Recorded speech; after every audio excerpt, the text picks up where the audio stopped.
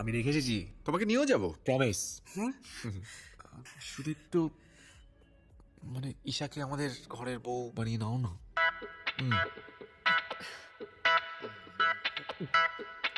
আর দেখো, তোমরা দুজনে দুজনকে ভালোবাসো, কিন্তু তোমরা একসাথে থেকেও নেই। তুমি কি চাও আমাদের জীবনটা এরকমই হোক?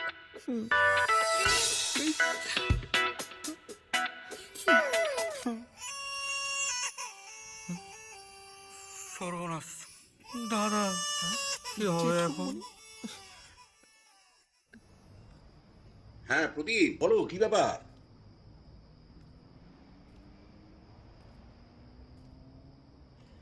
এই দেখো, আমায় আবার এইসব ছবি টবি কেন পাঠাচ্ছ? ওসব আমি বুঝি না। হ্যালো, এই দেখো কি সব পাঠাবে এ তো।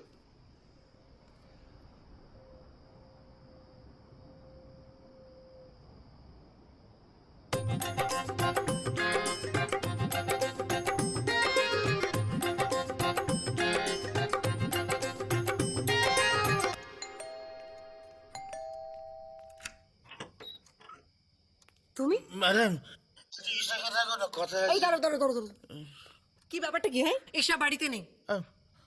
বুঝতে কথা, বাড়িতে নেই নাকি ডাকবেন না? কিসেকে ডাকুন প্লিজ। শোনো, তোমার যা বলার তুমি কালকে সকালে অফিসে এসে বলো, ওকে? তুমি এখন বাড়ি যাও, যাও। না, অতক্ষণ ওয়েট করতে আরে পারবো দাঁড়াও, না। দাঁড়াও, দাঁড়াও, ঈশা কই? এই দাঁড়াও দাঁড়াও দাঁড়াও দাঁড়াও দাঁড়াও দাঁড়াও, তোমার যেটা বলার সেটা তুমি আমাকে বলে তুমি এক্ষুনি বাড়ি থেকে বেরিয়ে যাবে, প্রদীপ। আপনাকে বলবো?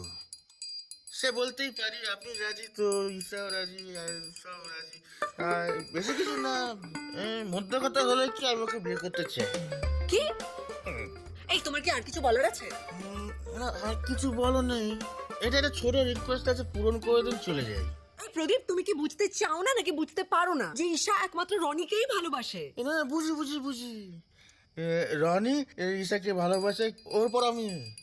রনি ফার্স্ট, আমি সেকেন্ড। তা তুমি যখন বুঝতে পারো তখন তখন কেন ঈশার পিছনে পড়ে আছো তুমি? কারণ রনি তো আর বেশি দিন নেই। রনি হলো ফার্স্ট, আমি হলাম সেকেন্ড। এবার যদি ফার্স্ট যদি হাওয়া হয়ে যায়, তখন সেকেন্ডই ফার্স্ট হয়ে যায় না দিদি? রনি আর বেশি দিন নেই মানে? আমার ব্যবস্থা হয়ে গেছে। এই মাথা 70, হাত 80, পা 75, কোমর 45, আর মাঝের পা 69, আর সব মিলিয়ে 3,39,000-এ কাজ শেষ। মানে তার মানে তুমি রনিকে মারতে লোক লাগিয়েছো? প্রদীপ, রনির যদি কিছু হয়ে যায় না, আমি কিন্তু তোমাকে ছেড়ে দেবো না, এই আমি বলে দিলাম। ছাড়তে হবে না, আমাকে রেখে দিন, আমি ঘর জামাই থেকে যাবো। এই তুমি বেরো তো, তুমি এক্ষুনি বাড়ি থেকে বেরো, যাও যাও। সে না জানি, কিন্তু যেটা বললাম সেটা মাথায় রাখবে না। Tata, bye bye, good night.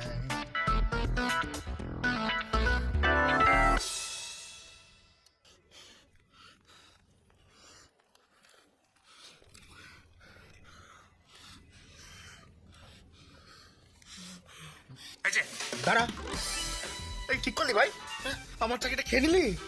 এবার দেখবি তোর যত স্বপ্ন টপ্ন আছে, আমি সব প্রকোপ করে সব থেকে খেয়ে নেবো। হ্যাঁ, এই প্রদীপ যে আগুন লাগাবে না, জ্বালিয়ে পুড়ে সব ছাড়খাড় করে দেবো। হ্যাঁ, সাবধানে থাকিস, রেডি থাকিস। যা পারিস কর।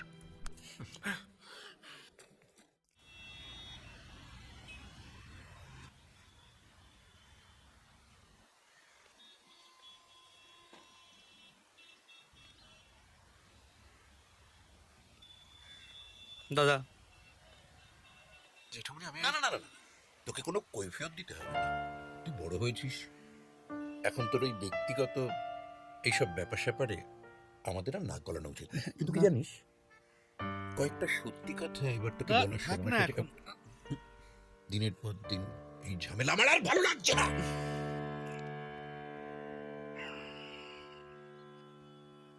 আমরা তোকে দীর্ঘদিন বানি বানি কতগুলো কথা বলে এসেছি। তোর মার আর বাবার মৃত্যুর কোনোটাই অ্যাক্সিডেন্টে হয়নি। এবার তোকে সত্যিটা খুলে বলি, আর শুরু থেকে শুরু করি। আমার বাবা, তোর দাদু, প্রেম করা, প্রেম করে বিয়ে করা, এসব একেবারেই সহ্য করতে পারতো না। হতেই পারে, অর্থোডক্স পুরোনো দিনের মানুষ, অনেকেই তখন এরকম ছিল। এই ছেলেবেলাটা হাত ধরে ঘোরাঘুরি করবে রাস্তায়, এত পছন্দ করতেন না। আমি তার কথা মেনেও নিয়েছিলাম, কিন্তু আমার দুই ভাই কাকামণি আর তোর বাবা মেজ, তারা দুজন কালের নিয়মেই প্রেমে পড়লো, বুঝলি?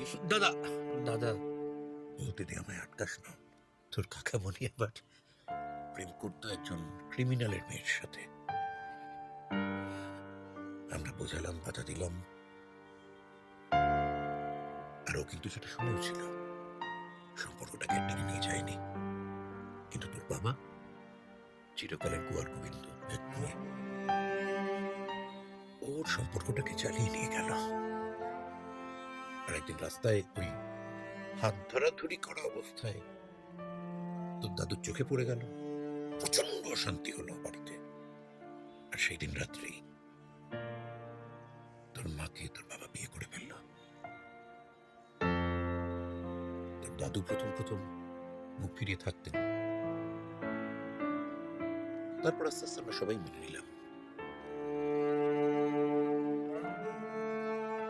এভাবেই চলতে লাগলো, সব ঠিকঠাক, হ্যাপি ফ্যামিলি।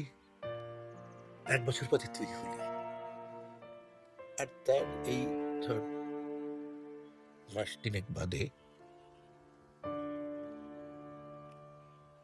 তোর মা তোর বাবার এক বন্ধুর সাথে পালিয়ে গেল।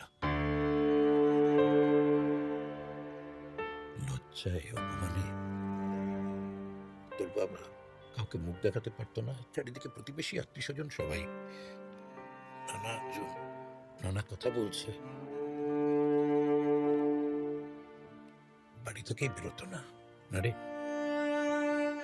তারপর একদিন আমরা দরজা ভেঙে দেখলাম মেজ গলায় দড়ি দিয়ে সিলিং থেকে ঝুলছে।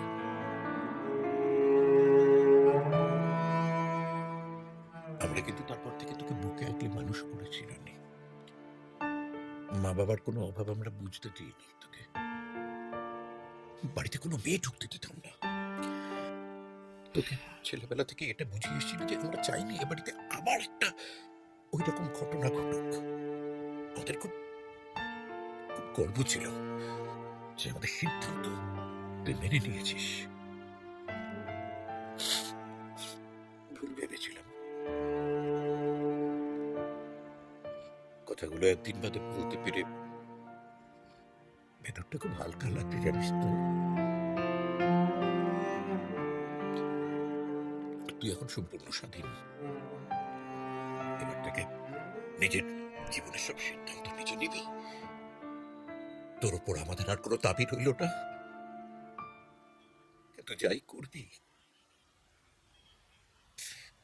ওই সত্যিটাকে মাথায় রেখে করিস কিন্তু।